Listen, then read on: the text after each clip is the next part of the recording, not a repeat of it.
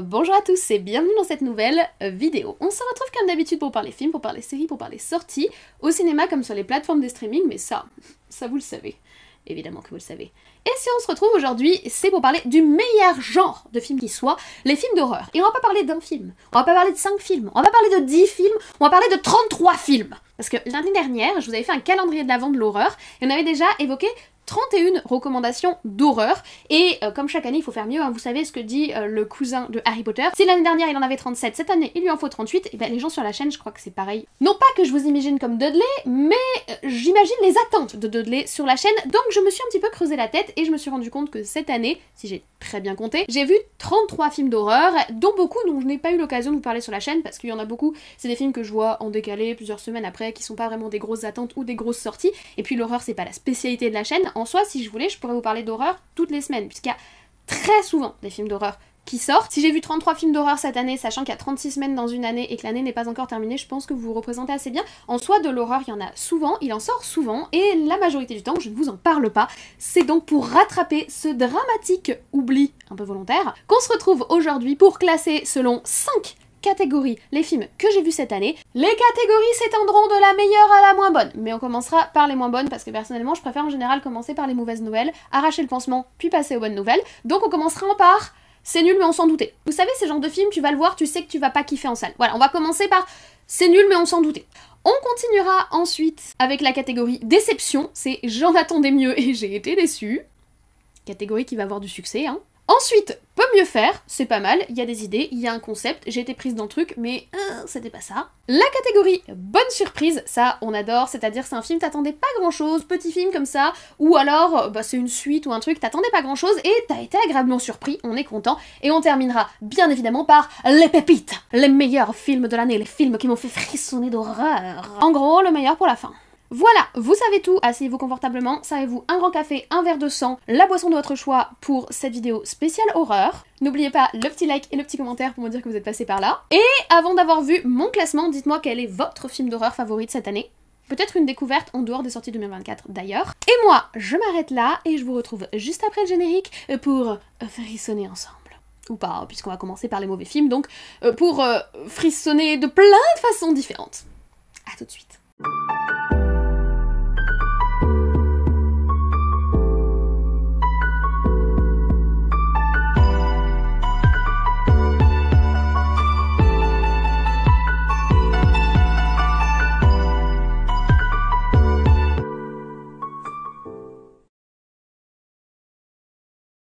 Alors, parlons peu, parlons bien, commençons dès à présent par on s'en doutait, mais c'est nul. Qu'est-ce que j'ai vu dans cette catégorie cette année? Eh ben, pas mal de choses, puisqu'il faut savoir que je vais voir de l'horreur très souvent, même si je sais d'avance que le film m'enjaille pas du tout. Il y a de l'investissement au niveau horreur de ma part, c'est-à-dire que je suis prête à aller en salle, sachant que la bande-annonce ne m'a pas convaincue, sachant que le film ne me convainc pas par avance, sachant que le concept a pas l'air génial. Exemple, Imaginary. Imaginary, je l'ai vu cette année, je savais que ça allait pas être bien et ça n'a pas été bien. Le film a un concept assez intéressant, le meilleur ami imaginaire ou le jouet de votre enfant avec qui il parle, qui est en fait possédé, vous vous en doutez, mais à un moment on bascule totalement dans un espèce d'univers parallèle fait de briques et de brocs, un petit style un peu Burton mais pas du tout assumé, bref, j'ai pas été convaincue, ça n'a pas marché pour moi, Imaginary, c'est nul mais on s'en doutait. Même chose pour Night Swim, une piscine hantée. Le concept fait plus nanar que film d'horreur de base et on n'est pas très loin, la résolution est pas ouf, on a quelques scènes un peu tendues dans la flotte mais globalement la majorité du temps on comprend pas très bien ce qui se passe alors que tout est assez prévisible, dommage mais non. Les cartes du mal. Alors les cartes du mal, en soi, il y avait du potentiel dans le sens où ils allaient jouer sur le tarot. Le tarot, c'est un peu comme le Ouija, c'est un indémodable de l'horreur, des soirées d'horreur entre potes. Et le fait de faire une sorte de destination finale avec la mort qui vous rattrape suite à l'utilisation du tarot, c'était une bonne idée. Au niveau de la réalisation, ça ne marche pas du tout, la résolution ne marche pas du tout, il y a des incohérences, c'est prévisible, ça marche pas, bref, on se fait nul, mais on s'en doutait. 2 films que j'ai vus sur Netflix, The Deliverance. Il décrit très bien les familles dysfonctionnelles et comment l'horreur peut imprégner les relations dans une famille dysfonctionnelle, le fait qu'il n'y ait pas de confiance, etc. Ça peut faire que tu te retrouves un petit peu entraîné dans un univers horrifique et que tu ne sois pas entendu à ta juste valeur, mais ça s'arrête là, et alors la fin, la fin ça part en cacahuète. Il y a un côté un petit peu témoin de Jéhovah, j'ai pas compris. Bref, donc le film va beaucoup trop loin sur la fin et il change complètement de ton, alors qu'en soi, on avait une écriture entre les relations de personnages qui était plutôt intéressante. Et ensuite on a Jeu intérieur, alors là j'ai failli arrêter 15 fois de regarder le film, c'est un enfer, il ne se passe rien. Des amis qui jouent à un espèce de jeu où ils sont projetés dans les corps les uns des autres, et évidemment la première idée qu'ils ont c'est d'aller coucher avec le corps de l'ami dans lequel ils sont projetés. Amitié très étrange, enfin coucher, flirter. J'ai pas du tout aimé, et c'est très très long, il se passe pas grand chose, et bon, je suis même pas sûre que ce soit un film d'horreur à vrai dire. C'est plus une sorte de télé-réalité scénarisée, oxymore d'ailleurs. Amelia's Children, pas sur Netflix, sorti au cinéma, il y avait du potentiel, franchement il y avait du potentiel, il y a quelques scènes qui m'ont marqué, on a un make-up au niveau de Amelia qui est plutôt bien fait, mais c'est super chelou. Les délires autour de l'inceste, je sais pas, je suis pas convaincue, et en plus c'est prévisible, donc vraiment c'est nul mais on s'en doutait. Et on finit avec malheureusement The Strangers, donc le troisième opus des films The Strangers. Je vous avais fait une vidéo dessus sur la chaîne donc je vous en dis pas plus. C'est un des rares films, c'est nul mais on s'en doutait, dont je vous ai parlé puisque c'était une saga et j'ai été très très déçue. Le film est incohérent alors qu'il a un concept de home invasion qui est quand même hyper facile et qui peut fonctionner hyper bien, donc non, non, non. Voilà, c'était tout pour la catégorie nul mais on s'en doutait. On va rentrer dans la catégorie des déceptions. Les déceptions, ça veut dire que j'avais de l'attente et que ces attentes n'ont point été satisfaites quand je suis entrée en salle. Et le premier qui m'a déçu cette année, c'est Maxine, le troisième opus de Ti West après X et Pearl. J'en attendais beaucoup parce que j'avais beaucoup aimé X et j'avais adoré Pearl, et j'avais vu aucun de ces deux films en salle, donc j'étais super ravie de découvrir Maxine qui est l'aboutissement de ce triptyque en salle, et j'ai été super déçue. Le film n'arrive pas à choisir un genre, il a le cul entre deux chaises, de l'hommage au thriller noir et de l'hommage au vieil Hollywood, et de quand même mettre un peu un côté slasher horrifique et de parler de secte et de... Le film ne choisit pas son domaine. Heureusement on a quand même un super acting et on retrouve le personnage de Maxine qu'on avait découvert dans X. Mais je suis désolée, ça suffit pas pour faire un bon film et j'ai vraiment été très déçue. Deuxième déception, Plateforme 2, la suite du premier film. Alors, j'ai failli le mettre dans C'est nul, on s'en doutait, parce que en soi, le concept de Plateforme 1 était très cool, j'avais beaucoup apprécié la réflexion sur la hiérarchisation de la société, les hiérarchies sociales, telles que c'était projeté dans l'expérience qui est menée dans le film Plateforme, était intéressante, et c'était un film qui était quand même assez audacieux sur certaines de ses thématiques, notamment pour la plateforme Netflix. Et effectivement, faire une suite, on se doutait que on n'était pas sur un concept pour lequel on pouvait avoir deux films. J'avais quand même un certain espoir que le film fonctionne et pas du tout. Voilà, j'ai été très déçue. Ils n'arrivent pas à choisir, ils mettent des flashbacks et ils rajoutent des informations. En soi, le début du film fonctionne très bien, c'est-à-dire on a une sorte d'héritage du précédent film où on se dit « Ah, ils ont entendu et la prison existe toujours, la plateforme existe toujours, mais ils prennent conscience de ce qui se passe. » Et après, ça part dans un espèce de truc un peu psyché, les personnages sont pas du tout intéressants. Bref, beaucoup de problèmes dans l'écriture de ce second opus qui, je pense, n'aurait pas dû exister. Sans un bruit jour 1, je vous ai fait une vidéo dessus, on va pas revenir trop dessus. Préquel de Sans un bruit, c'était un préquel qui avait beaucoup de potentiel parce que le monde de Sans un bruit qu'on a découvert dans le film Sans un bruit 1 et Sans un bruit 2, c'est un univers dont on ne sait pas grand chose, on ne sait pas comment ces créatures sont arrivées là, comment les gens y ont fait face, et je trouve qu'ils l'ont franchement mal exploité. On n'a plus du tout ce côté suspense de découverte des créatures puisqu'on sait déjà tout ce qui se passe, mais on n'a pas non plus le côté film apocalyptique dans lequel ils auraient dû s'inscrire pour moi, parce que l'arrivée de ces créatures, une invasion alien, ça fait un très bon film apocalyptique. Je trouve qu'ils trouvent trop rapidement les solutions par rapport aux créatures, enfin vraiment du gâchis, j'ai été déçue, et c'est dommage, le film a des qualités par ailleurs, mais ça reste une grosse déception. Terrifier 3, on en a parlé récemment sur la chaîne, déçu. Mais pareil, j'aurais pu le mettre dans c'est nul mais on s'en doutait, mais le film n'est pas totalement nul. Pareil, il a quelques qualités, il a quand même ce côté jouissif, gore, etc. de la série Terrifier, mais pour moi, le concept du 1 n'aurait pas dû s'étendre. Le 2 est quand même bien écrit et fonctionné, mais rappelez, enfin c'était toujours plus ou moins le même scénario et le même concept. Sur le 3, ça commence clairement à s'essouffler, et en plus on a fait un gros buzz sur le moins de 18 ans qui était clairement pas nécessaire. Autre film récent qui m'a déçu, Speak No Evil. J'en attendais pas mal. En soi, en salle, j'ai pas passé un moment affreux, mais j'ai trouvé que le film était quand même mal équilibré et qu'il révélait trop rapidement ses cartes. Mais là où la déception s'est vraiment construite, c'est quand j'ai découvert que c'était un remake américain d'un film suédois, si je ne m'abuse, qui lui est bien bien meilleures. Et là, franchement, si c'est faire des remakes pour faire des remakes comme ça, c'est non. Faire un remake comme La Colline à des yeux, pourquoi pas. Faire un remake comme ça, c'est non. Il gâche toute l'originalité et toute la créativité et tout le côté artistique du film originel avec une version hyper américanisée, pied dans le plat, aucune subtilité, pas vraiment d'ambiance horrifique ni rien, très très très dommage. Et dans la déception, on termine avec un film très récent dont j'ai pas eu l'occasion de vous parler sur la chaîne, c'est Smile 2. Oui, Smile 2 m'a beaucoup déçue, pareil, on est un petit peu comme The Platform, on est sur un concept qui fonctionnait très bien pour un film, mais qui était plutôt bancal pour une suite. Je l'ai pas non plus mis dans la catégorie c'est nul mais on s'en doutait parce que le film 2 n'est pas totalement nul. On a un très bon jeu d'acteur de la part de l'actrice principale qui franchement porte le film sur ses épaules, mais du début à la fin. Mais le film subit en fait plein de choix scénaristiques qui ont été faits qui, je trouve, sont très mauvais. La prévalence et la lourdeur de tout l'aspect vie de starlet qu'ils ont absolument voulu mettre dans ce film, alors que ça n'a pas vraiment de lien avec le concept de Smile à la base. On a des très longs moments où limite ils nous mettent tout le clip de la meuf ou toute la chorégraphie de la meuf. On a quelques scènes par contre qui visuellement fonctionnent très bien, les scènes encore avec la créature et le sourire, mais je trouve qu'on en vient trop vite au fait l'invasion de la créature et la menace telle qu'elle avait été développée dans le 1, ici elle est totalement rushée et c'est franchement dommage parce que la hantise de Smile, c'est une hantise originale avec ce sourire extrêmement malsain, ça fait quelque chose de très visuel, ça pourrait être une exploitation très intéressante.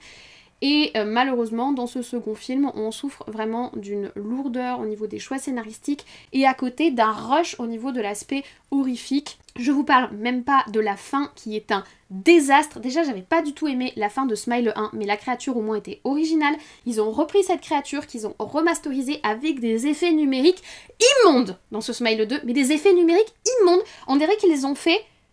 genre, ils ont fini le film et puis ils se sont dit... Merde, on n'a pas de fin, il faut absolument qu'on appelle les artistes FX et qu'on leur donne 2 jours pour faire une créature en comme ça. Magie, vos idées ont du génie. C'est pas comme ça que ça marche, à mon avis, ils ont pas eu le temps nécessaire pour bien fignoler ce plan, bien fignoler cette créature, bien fignoler les effets spéciaux. Résultat, déception. Et je pense d'ailleurs qu'on a été assez déçus et qu'il est temps qu'on passe à un petit peu plus de positif avec les films qui peuvent mieux faire. On a un concept, on a une idée, on a quand même passé un bon moment, mais c'est pas assez bien exploité. Alors attention, certains films de peu mieux faire peuvent être moins bien qualitativement que certains films que j'ai mis dans Déception, mais dans Déception, c'est que j'avais cet aspect très personnel des attentes par rapport au film. Dans Peu mieux faire, c'est des films, ou dans Bonne surprise, ou dans toutes les catégories qu'on va voir par la suite, c'est des films où j'avais pas forcément d'attente et les films sont venus me chercher. Par exemple, Léa du Mal.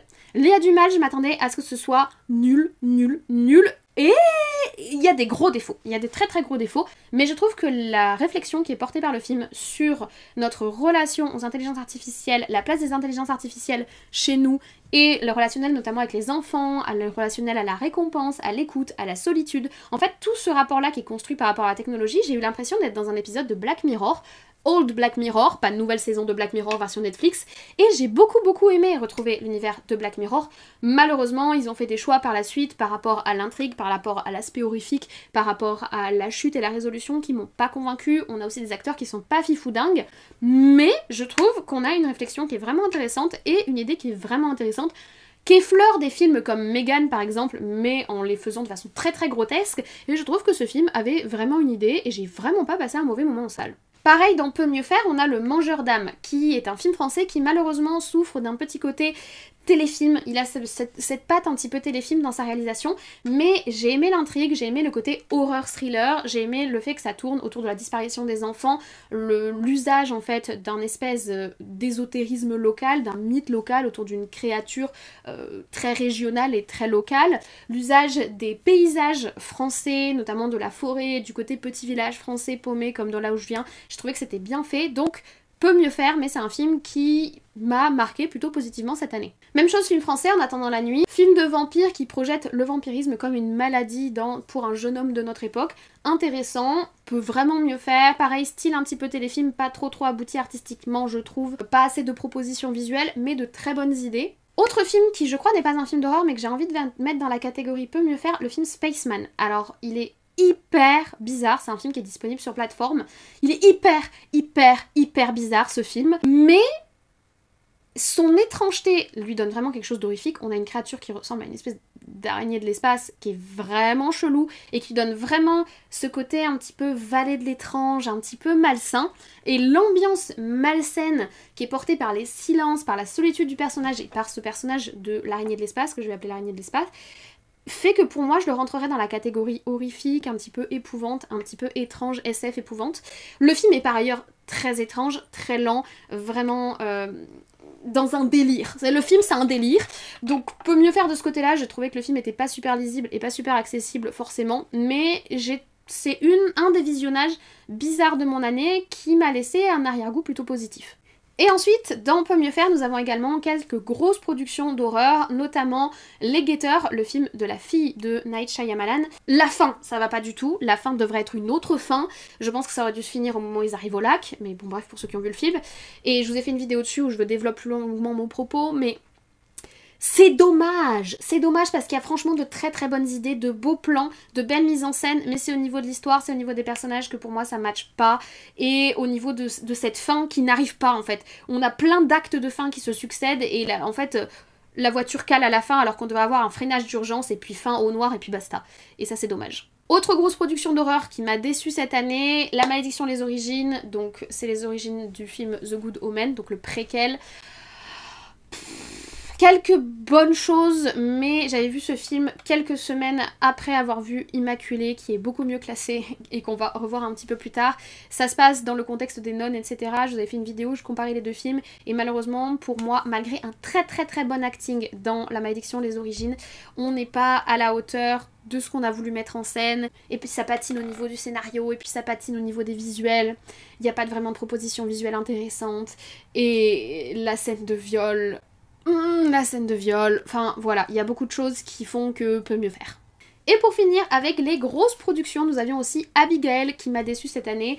Petite fille vampire avec style opéra et danseuse, ça envoyait du lourd. Je m'attendais à un travail sur l'esthétique vraiment léché, et j'ai eu un film pseudo-comédie horrifique qui m'a fait rire par ailleurs, et pour lequel j'ai passé un bon moment, mais qui aurait vraiment plus dû travailler son concept du début à la fin, avec une révélation peut-être moins soudaine, avec plus de suspense autour du personnage d'Abigail, avec une vraie romantisation du côté vampire, qui fait de la danse classique, qui aime la musique classique en décalage avec son époque et en décalage avec le personnage. Il y a quand même des scènes que j'ai trouvées audacieuses et marquantes. La scène de la piscine, franchement j'y repense encore et c'était pas mal, donc peut mieux faire, mais il y a du potentiel. Et en parlant de potentiel, il est temps qu'on passe à la catégorie bonnes surprises. Des bonnes surprises, j'en ai eu pas mal cette année. Et ça fait plaisir, d'autant plus qu'il y a à la fois des films où je m'attendais à ce que ça ne fonctionne pas et ça a fonctionné, et des films qu'on m'avait survendus, je m'attendais à ce que ce soit catégorie pépite, et ça c'est juste resté des bonnes surprises. Je pense que pour le coup, ils auraient été moins survendus par la communauté d'amateurs de l'horreur. J'aurais passé un meilleur moment. Exemple de ce genre de film, When Evil Lurks. When Evil Lurks est un très bon film. Ils ont créé vraiment un univers et ils arrivent à nous transmettre les règles de cet univers petit à petit en avançant dans l'histoire pas à pas, et franchement j'ai trouvé que ça fonctionnait très bien. On a des visuels qui sont vraiment intéressants, un travail sur les make-up gore qui est vraiment super, la scène avec le bébé là au bord de la voiture, j'y pense encore. Malheureusement on m'a vendu ce film comme un truc génialissime, et j'ai pas trouvé ça ultra génialissime parce que le film a quand même pas mal de défauts, ça patine un petit peu au niveau rythmique, ça patine un petit peu au démarrage. Je trouve qu'ils exploitent pas si bien que ça, notamment en jouant sur le pathos, histoire de famille, divorcée, de parents qui s'entendent pas, etc.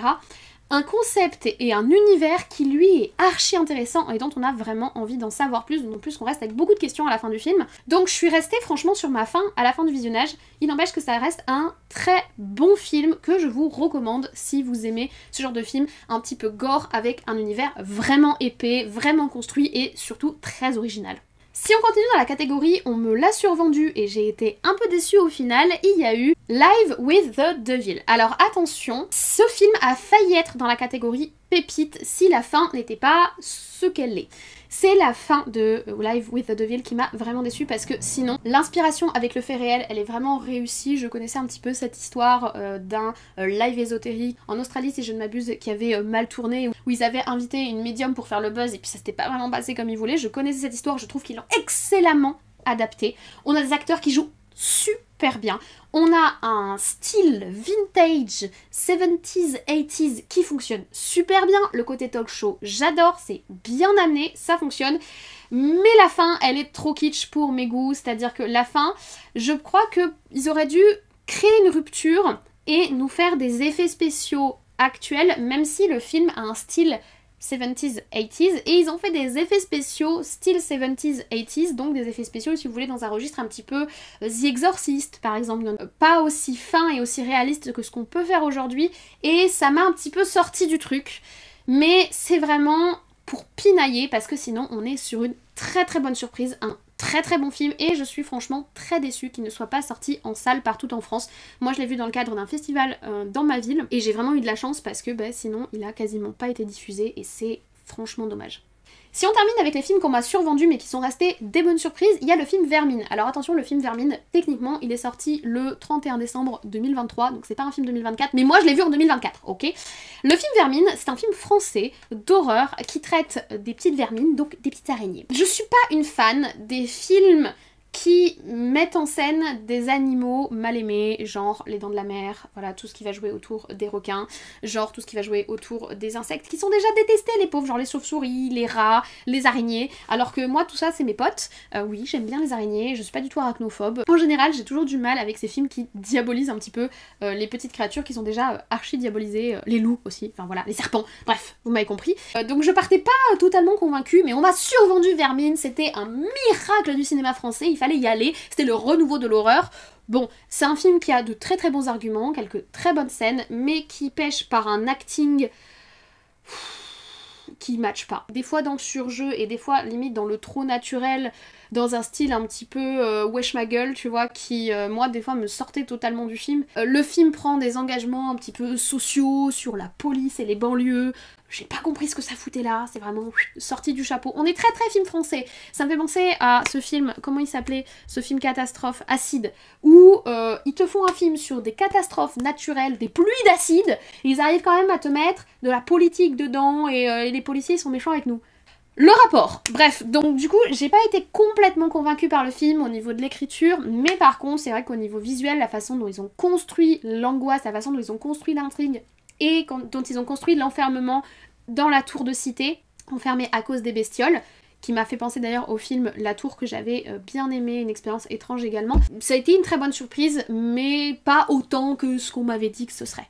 Et sinon, dans la catégorie des bonnes surprises, il y a eu des films que j'attendais énormément, comme Alien Romulus, je vous ai fait une vidéo dessus, donc je vais pas revenir en long, en large et en travers sur ce film, mais moi je l'ai beaucoup aimé, j'ai trouvé qu'il était réussi, qu'il renouait un petit peu avec les codes de l'horreur qu'avait délaissé Prometheus, enfin Ridley Scott avec ses Prometheus, etc. Mais il faisait quand même le lien entre les derniers films de Ridley Scott et les premiers films Alien. Il réutilise les codes de plein de films Alien pour en faire une espèce de sandwich qui fonctionne pour moi très très bien, même si je sais que c'est ce qui a déçu certaines personnes, et on est quand même sur un film qui est très efficace au niveau horrifique et au niveau épouvante, donc moi je l'ai beaucoup aimé, très bonne surprise. Très bonne surprise également le film Immaculé que je vous ai évoqué un peu plus tôt, pareil dans l'univers des nonnes, mais moi ce que j'ai vraiment adoré dans ce film c'est son esthétique. Il a vraiment esthétisé, il a vraiment utilisé l'esthétique religieuse à son service, et il a vraiment travaillé autour de la figure de Sydney Sweeney qui est en plus magnifique. Il y a vraiment un très très beau travail visuel sur ce film, sur les costumes des nonnes, la façon dont elles se déplacent, l'endroit où c'est filmé, etc. Et en plus l'histoire fonctionne. Toujours dans les bonnes surprises, assez récemment, le film Trap de Night Shyamalan, vous savez je l'appelle monsieur, mais le M hein, c'est ses initiales, mais moi je l'appelle monsieur parce que j'avais pris cette habitude quand j'étais petite, mais monsieur Night Shyamalan qui nous a donné son dernier film, il change de style, mais moi j'ai été emportée par Trap. Alors oui, le film est rempli de TGCM, oui le gars nous écrit un film avec une sorte de super-héros de l'horreur, super-héros sociopathique qui s'en sort par magie grâce à ses pouvoirs de super-héros sociopathe. Mais moi j'ai adhéré au super-héros sociopathe, j'étais in, et j'ai vraiment été emportée par la façon dont le film a été filmé et dans la façon dont on suit le machiavélisme de ce personnage. Et également assez récent, et j'ai pas eu le temps de vous faire une vidéo dessus parce que j'avais pas grand chose à dire, faut dire, le dernier Beetlejuice, donc Beetlejuice ou Beetlejuice 2 que j'ai vu, donc là on est plutôt sur l'horreur comédie. Il est pas dans les pépites, mais je m'attendais à ce que ce soit mauvais parce que suite de l'originel beaucoup trop tard, je m'attendais à ce que ce soit pas ouf, et je trouve que Burton a très bien développé son univers, il a étendu l'univers de Beetlejuice et il a vraiment réussi à le faire de façon pertinente, et il nous emmène plein de nouveaux éléments, le moment comédie musicale avec l'espèce de train, j'ai beaucoup aimé.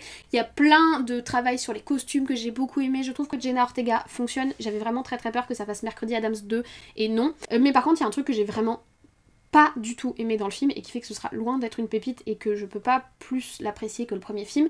C'est la transformation de Beetlejuice. Beetlejuice est passé de gros mec dégueulasse, pédophile, insupportable, harceleur sexuel du premier film. C'est comme ça qu'il a été écrit, il est crasseux le mec, il est crasseux, c'est pour ça que personne ne veut de lui. Et c'est pour ça qu'on le repousse et qu'on fait tout pour le renvoyer d'où il vient à héros de l'histoire. Oui, parce que Beetlejuice, dans ce Beetlejuice, c'est le héros. Faut m'expliquer qu'est-ce qui s'est passé? Il nous a fait un mea culpa, à force de rester aux enfers, il finit par devenir un good guy, on finit par avoir besoin de lui, il sauve toutes les situations par l'opération du TGCM, pour le coup vraiment, ta gueule c'est magique. Même s'il continue d'insister vaguement sur cette histoire de mariage et sur son côté un petit peu forceur, c'est plus le gros relou pédophile du premier film, donc ça j'ai pas compris. Ce qui fait que pour moi on a une incohérence entre les deux films, qui ne vient pas du tout de l'univers, qui pour le coup s'étend bien et est vraiment intéressant dans ce deuxième opus. J'ai le garçon avec qui Jenna Ortega a une relation, etc. Enfin, franchement, j'ai aimé l'esthétique, j'ai aimé le travail sur les décors, j'ai aimé la réutilisation de certains décors un petit peu papier, qui est pas que du numérique, etc. Mais pour le coup, le changement de la figure de Beetlejuice limite en héros, je ne me l'explique pas. C'est Lily des scènes post-génériques qui vous parle dans la catégorie bonne surprise. Rajoutez le film Dream Scenario avec Nicolas Cage, il est très bien. Je l'ai beaucoup aimé. C'est un film qui est original, c'est une comédie horrifique, c'était franchement très sympa et différent et original. Et Nicolas Cage est très bon dedans. Donc voilà, à rajouter dans la catégorie bonne surprise. Et avant de passer aux pépites, une dernière bonne surprise pour bien terminer cette catégorie, le film Sleep. Alors c'est un film, je crois que personne en a entendu parler. C'est un film coréen où on suit un jeune couple qui vient de s'installer dans son appartement et le monsieur se met à faire du somnambulisme. Sauf que il n'est pas seulement somnambule. Il devient une autre personne quand il se lève la nuit et sa femme va tout faire pour essayer de combattre cette entité alors même qu'elle est enceinte et qu'elle attend leur premier enfant. Et le film, c'est un huis clos limite dans leur appartement et j'ai trouvé qu'il installait une très bonne ambiance, il fonctionne franchement super bien. J'ai pas été totalement convaincue par la chute, même si elle nous donne des visuels de ouf là dans l'appartement, l'ambiance rouge dans l'appartement sur la fin, j'adore. Mais j'ai pas été totalement convaincue par la façon dont ils achèvent l'histoire, par la chute de l'histoire, mais sinon l'ambiance et le côté jouer sur l'étrangeté du somnambulisme pour travailler l'approche de la possession démoniaque et surtout jouer sur est-ce qu'il est vraiment possédé ou pas, parce qu'au final le film tout du long tu te dis est-ce que c'est sa femme qui le perçoit comme ça parce qu'on voit tout à travers ses yeux, ou est-ce qu'il est vraiment possédé? C'est un film qui est franchement intéressant et qui mérite le détour. Personne n'en a parlé, bon moi je l'avais vu plusieurs semaines après sa sortie et il a fait une sortie très discrète, mais il était franchement très sympathique, bonne surprise. Donc on a déjà parlé ensemble de 29 films, il nous en reste 4, les 4 pépites de l'année. Il y a plein de types d'horreur différents dedans. Je vous propose de commencer par un film qui ne va pas vous surprendre si vous avez vu ma vidéo dessus, c'est le film Longlegs. Ça faisait partie des films horrifiques que j'attendais en salle cette année et je n'ai pas été déçue. Je sais que certains l'ont trouvé pompeux et j'ai trouvé que le film était prétentieux et pompeux, tout ce que vous voulez, mais il est à la hauteur de sa prétention et de son côté pompeux. Franchement, on a Nicolas Cage dedans qui est juste incroyable. J'adore Nicolas Cage, vous le savez. J'aime vraiment beaucoup Nicolas Cage et il est franchement incroyable. Et l'ambiance, les angles de caméra, l'histoire telle qu'elle est racontée, les retournements de situation, tout le travail visuel qui est incroyable dans le film. Enfin, franchement, je l'ai adoré. Je vous renvoie vers une vidéo pour en parler plus longuement, mais pépite Longlegs. Autre pépite dans un style un petit peu plus doux, un petit peu plus chouchou, Vampire humaniste, recherche suicidaire consentant. Mais qu'est-ce qu'il est doux ce film! C'est un film québécois qui est vraiment... J'adore la façon dont on travaille la figure de vampire au fil des années, dont on la réécrit, dont on la remanie, la présenter sous plein d'angles différents. On peut passer de l'angle ultra horrifique à la comédie en passant par cette espèce de petite comédie romantique hyper douce qui est Vampire humaniste, recherche suicidaire consentant. Si vous l'avez pas vu, il faut vraiment que vous le voyez parce que c'est un film qui est drôle, qui est doux, qui est beau visuellement, qui est très très bien interprété par ses acteurs, qui est un peu cynique avec ce petit humour noir que moi j'aime bien. Donc franchement c'est un film qui fonctionne super bien et c'est une vraie pépite. Dans la catégorie horreur humaine beaucoup trop réelle, je propose La Zone d'intérêt. Alors le film n'a pas été affiché comme un film d'horreur, mais c'est une pépite de l'horreur humaine. Je sais pas si vous connaissiez cette chaîne, mais il y avait une chaîne YouTube qui était active pendant quelques années et que je suivais avec application qui s'appelait Horror Humanum Est. C'est une pub gratos pour Horror Humanum Est, mais pour moi, La Zone d'intérêt entre dans la catégorie l'horreur est humaine, et mon dieu ce que l'horreur humaine me glace plus le sang que n'importe quelle horreur fantastique qu'on pourra inventer. Ce film est monstrueux, donc pour ceux qui n'ont pas suivi, ça se passe à Auschwitz. Et on suit la famille du directeur du camp de Auschwitz. Je vous renvoie pour le reste à ma vidéo, mais c'est un film qui est tout en subtilité, tout en suggestion dans la façon dont il construit son horreur, et c'est horrible. Et on termine avec de l'horreur thriller, avec un film que j'ai vu également en tout début d'année, qui est resté dans les films qui m'ont marqué tout au long de l'année, c'est Les Chambres Rouges. Alors pareil, c'est pas annoncé comme un film horrifique de base, et on est également sur un film québécois, les Québécois au top sur l'horreur cette année. Mais en gros, on suit deux héroïnes qui viennent assister au procès d'un tueur en série et qui sont un petit peu les groupies de ce tueur en série. Et c'est un film qui est... J'ai pas envie de vous en dire plus parce qu'il est vraiment tortueux, il est super bien filmé, l'angoisse, t'es oppressée durant tout le film, l'actrice principale est vraiment magnétique. Pareil, je vous ai fait une vidéo dessus, je vous recommande d'aller la voir si vous voulez en savoir plus sur le film, mais franchement, pépite, pépite, pépite.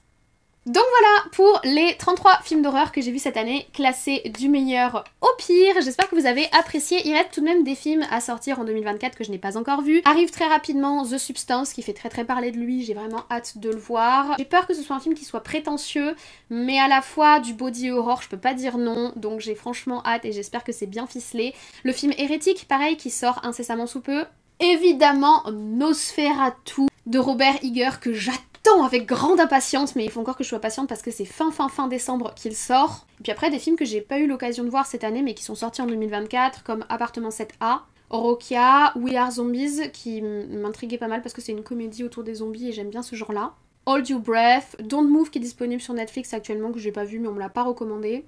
Ou encore Outside, et un film qui est pas arrivé en salle en France et je suis vraiment déçue, Lisa Frankenstein, je voulais trop le voir et il est pas sorti en France. Franchement, je suis très déçue de ce côté-là. Donc il me reste encore des pépites, j'espère, à découvrir, mais je suis contente d'avoir fait ce point horrifique avec vous pour célébrer la fin du mois d'Halloween. Voilà, je vous remercie d'avoir regardé cette vidéo 100% horreur avec moi, j'espère que vous avez passé un bon moment. C'est un schéma un petit peu différent d'habitude, je prends pas autant de temps que d'habitude pour vous parler des films, mais vous avez vu la quantité qu'il y a, je peux pas m'arrêter vraiment autant de temps sur chaque film, mais ça permet au moins de balayer un petit peu ce qui est sorti cette année et de vous faire potentiellement découvrir certains films ou redécouvrir certains films dont j'avais parlé sur la chaîne, mais il y a quelques mois déjà. Donc j'espère que vous avez apprécié ce concept un petit peu différent de d'habitude. N'hésitez pas à me le dire en commentaire, n'hésitez pas à me dire quels sont vos films favoris d'horreur cette année ou lesquels vous souhaitez découvrir suite à cette vidéo. J'espère que j'ai quand même rempli un petit peu vos listes de visionnage. On croise les doigts. N'oubliez pas le petit like, ça fait plaisir, ça me fait dans ce que je fais, et puis ça vous permettra de dire si vous aimez un petit peu ce concept et est-ce que c'est quelque chose que je pourrais refaire sur la chaîne. On est un petit peu dans la veine des top 10, mais c'est différent. On est dans une idée de classement, mais c'est pas top 10 all the time, on est seulement sur l'année 2024, mais je trouvais l'idée quand même assez sympathique. Moi je me suis bien éclatée à le faire en tout cas. Du coup, si vous n'êtes pas encore abonné et que vous espérez voir d'autres vidéos de ce type, vous voulez voir d'autres vidéos sur la chaîne, j'aime beaucoup l'horreur, mais je parle pas que de ça, je parle de tout ce qui est sortie, cinéma, plateforme, séries, films, etc. Eh bien abonnez-vous, c'est en dessous, c'est gratuit, ça fait plaisir et vous pouvez activer la cloche pour être prévenu des futures sorties de vidéos. Moi je vous embête pas plus, j'espère que vous avez passé un bon mois d'octobre. Gardez encore un petit peu vos décos d'Halloween. Noël n'est pas encore arrivé. Je sais que sur Netflix ils ont mis les films de Noël, mais ils exagèrent. C'est encore le temps de l'horreur, au moins un petit peu. Donc je vous souhaite de très bons visionnages de films d'horreur. On maintient l'ambiance horrifique au moins jusqu'à mi-novembre. Mais aussi évidemment une très bonne journée, une très bonne semaine, etc. Et d'ici la prochaine vidéo, prenez soin de vous, je vais essayer d'en faire de même et on se dit comme toujours, à très vite.